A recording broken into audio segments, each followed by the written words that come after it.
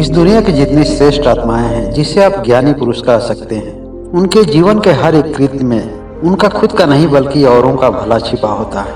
उनका कार्य भले ही श्रेष्ठ होता है, लेकिन इसलिए नहीं कि जगत में उनका कोई नाम हो सके, बल्कि इसलिए कि उनकी आत्मा की संतुष्टि से परमात्मा से मिलन हो सके, क्योंकि आत्मा की तृप्ति से ही परमात्मा को मिलने वाला द्वार खुलता है। एक गरीब किसान था जिसका एक रामू नाम का लड़का था। वह जितना ही ज्यादा गरीब था, शायद उतना ही बड़ा ईमानदार भी था। अगर आप सर्वे करके देखेंगे तो आपको यही मिलेगा, जो बहुत ईमानदार और भले व्यक्ति होते हैं वह आर्थिक स्तर पर बहुत ही कम संपन्न देखे जाते हैं। शायद ऐसी ही हालात उस किसान की भी थी। जितने ही दिव्य शक्ति और दिव्य हाथ होते हैं वह बाहर से देखने में खाली ही दिखते हैं। अगर आप पुराण की मानते हैं तो जगत को जो सोने का माल देता है, जिसे आप शिव कहते हैं, उसका घर कैलाश होता है। जिसे दुनिया का पालनहारी कहते हैं, उसका घर क्षीर सागर होता है। और जिसने इस सृष्टि की ही रचना की वह खुले आकाश के नीचे रहते हैं। ऐसी ही हालात कुछ देवी देवताओं की भी हैं। भगवान बुद्ध जो सारी दुनिया को ज्ञान बांटे, उनके पास तो सब कुछ था, फिर भी उन्होंने वन और जंगल को ही अपना घर बनाया। अर्थात आप जैसे जैसे देने वाले होते हैं, दिव्यता आपकी बढ़ती है, और जब दिव्यता बढ़ती है तो आप बाहर से खाली दिखते हैं।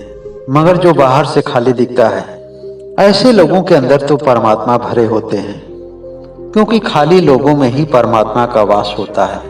लेकिन जो संसार में बाहरी उपलब्धियों से भरा है, बाहरी योग्यताओं से भरा है, सत्ता और संपदा से भरा है, वह बाहर जितना ही बड़ा भरा दिखाई देता है, उसके अंदर ईर्ष्या, द्वेष और अहंकार व भेदभाव जैसे अनेक असमताओं से भरा होता है।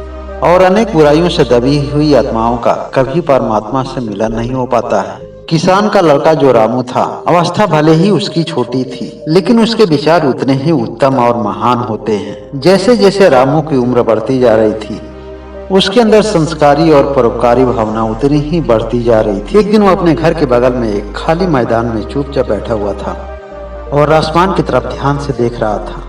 पता नहीं कि उसके मन में क्या सूझी कि उसने एक पौधा लाकर उस खाली मैदान में लगा दिया। उसे ज्ञान था कि वह खाली मैदान सरकारी है। एक हफ्ते बाद वह पौधा हरा भरा हो गया। यह देख करके उसका मन और भी पहले की अपेक्षा सकारात्मक हो गया।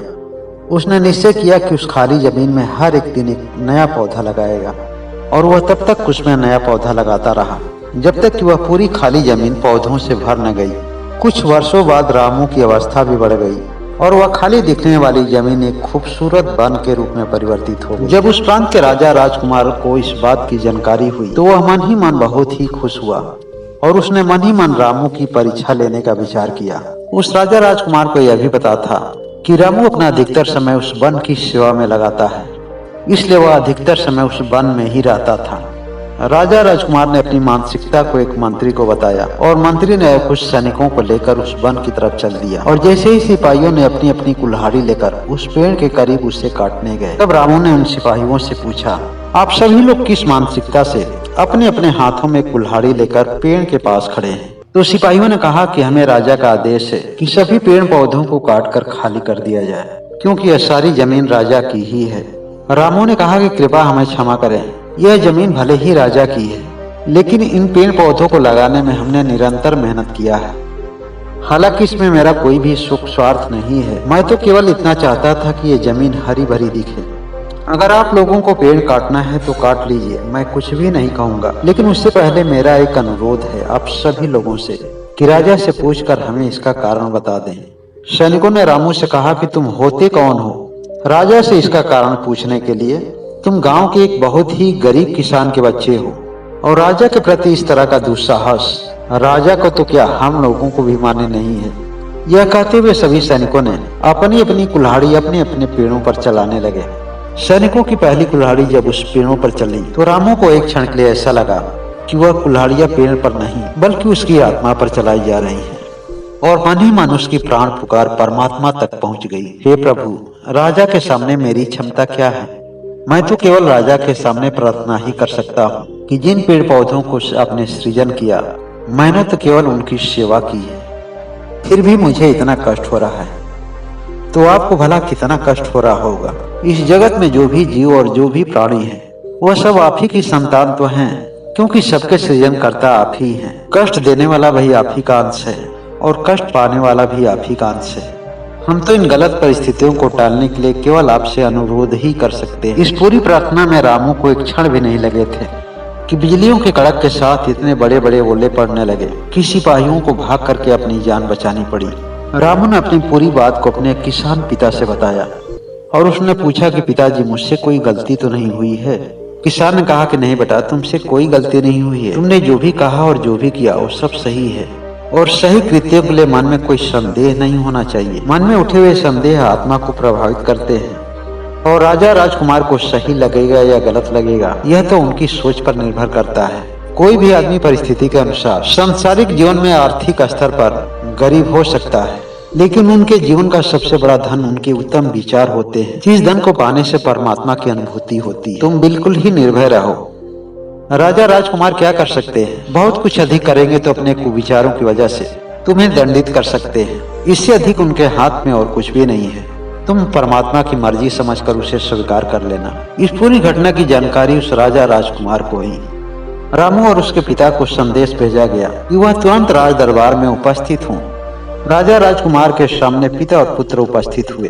राजा राजकुमार ने रामू के सामने केवल एक प्रश्न रखा कि तुमने वन उपवन को लगाने में बहुत ही मेहनत किया है, क्या उसके बदले में तुम कुछ परिश्रमी की इच्छा रखते हो?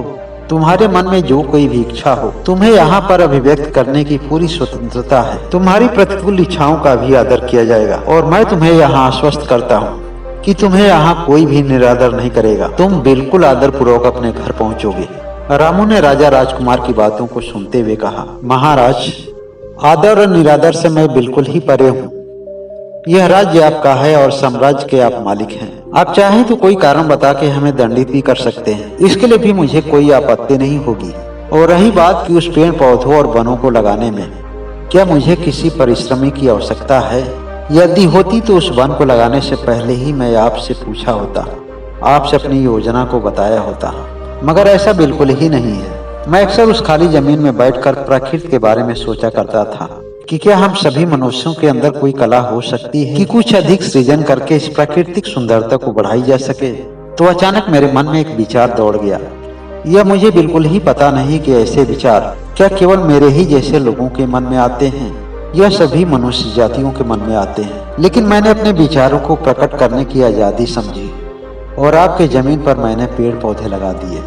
मेरी इतनी सी गलती है कि मैंने आपसे कोई इजाजत नहीं लिया, लेकिन मैं इसको भी मानता हूँ कि किसी अच्छे कार्य के लिए इजाजत लेने की कोई खास जरूरत नहीं पड़ती है। उन हरे भरे पेड़ पौधों की वजह से, हरे भरे वनों की वजह से उन सभी क्षेत्रों में हरियाली दिखने लगी। पेड़ पौधे हमें जीवन प्रदान करते हैं, हमें प्राण ऊर्जा प्रदान करते हैं। हमें सही और शुद्ध ऑक्सीजन मिलते हैं तो हमारी प्राण आयु बढ़ती है। जब हमें शुद्ध और सही ऑक्सीजन मिलती है तब हमारी प्राण आयु बढ़ती है। तब हम मन और शरीर से स्वस्थ होते हैं और हम सभी के मन में एक स्वस्थ विचार आते हैं, जिसकी वजह से समाज में शांति की स्थापना होती है।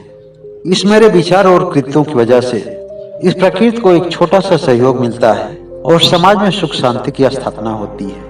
और इन सभी से जो मेरे मन को खुशी मिलती है, जो मेरे आत्मा को संतुष्टि मिलती है, इसके सामने आपके हाथों से मिलने वाली परिश्रमी कुछ न कुछ कम ही मूल्यवान होगी। राजा राजकुमार को उस रामू के अंदर एक बहुत ही अच्छी खासियत देखने को मिली और वह थी रामू की आंखों में एक निर्भीकता जो एक राजा में भी उतनी नहीं दिखती। वह पूर्णतः एक संत मनुष्य में ही दिखती है। राजा राजकुमार ने किसान को धन्यवाद देता है इस बात के लिए कि एक विचारवान पुत्र का पिता है और साथ ही रामू को बधाई देता है कि तुम अपनी परीक्षा में पास हुए हो। रामू पूछता है कि कैसी परीक्षा महाराज? राजा राजकुमार ने कहा कि रामू, जब मुझे पता चला कि तुमने एक बहुत ही खूबसूरत वन लगाया है, मैं उसी समय तुमसे अत्यंत प्रभावित हुआ था और उसी समय मैं तुम्हें उपहार भी देना चाहता था, लेकिन मैं तुम्हें पूर्णतः परखना चाहता था और शायद ऐसा करके मैंने कुछ अच्छा ही किया, क्योंकि अगर ऐसा मैं नहीं करता तो तुम्हारी उच्चतम क्वालिटी मुझे नहीं पता चलती। इसलिए मैंने अपने सिपाहियों और मंत्रियों से मिलकर मैंने तुम्हारी परीक्षा की एक योजना बनाई और सबसे बड़ी बात है कि तुमने अपने उत्तम विचारों से एक राजा को ही परास्त कर दिया। तुम्हारे प्राण पुकार से अचानक मौसम का बदल जाना, बारिश और ओले की वजह से सैनिकों का घायल होना, यह बात तुरंत हमारे दिमाग में समझ में आ गई, क्योंकि जब किसी मनुष्य का यह प्रकृति और यह पूरा ब्रह्मांड ही सहारा देने लगे तो इस धरती का कोई भी बड़ा से बड़ा राजा उसे कैसे परास्त कर सकेगा। राजा राजकुमार ने रामू को कुछ स्वर्ण मुद्राएं उपहार में भेंट किया और अपने मंत्रियों को आदेश दिया कि शीघ्र ही रामू के झोपड़े की जगह पर एक सुंदर सी मकान बनाई जाए। और इसके बाद राजा राजकुमार ने रामू को अपने पूरे राज्य की वन उपवन का उच्च अधिकारी घोषित किया। दोस्तों, यह कहानी हमें सीख देती है, हमें ज्ञान देती है कि जीवन में पूर्णतः सफल वही आदमी बन सकता है जो अपना कर्म अपनी मौज से, अपने आत्मा के निर्देश से करता है, न ही किसी रिश्ते और समाज के बंधनों की वजह से, न ही किसी डर भय की वजह से।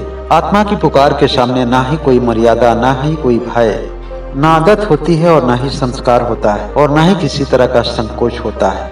ऐसे लोग न केवल जीवन में सुखी और सफल होते हैं, बल्कि कहा जा सकता है कि वह अपने मोक्ष का मार्ग खोल देते हैं। हर बार की तरह आप सभी लोगों को मेरे तरफ से फिर एक बार अभिनंदन है, प्यार भरा नमस्कार है और केवल आग्रह ही किया जा सकता है कि प्रेरणा और ज्ञान से भरी हुई वीडियो अगर अच्छी लगे तो औरों को भी शेयर कर दें, वीडियो को लाइक कर दें, कमेंट करें और जो लोग इस चैनल पर नए हैं और अभी तक सब्सक्राइब नहीं किए हैं वह सब्सक्राइब करके बेल आइकन की घंटी को जरूर दबाएं। आप सभी लोगों को बहुत बहुत धन्यवाद।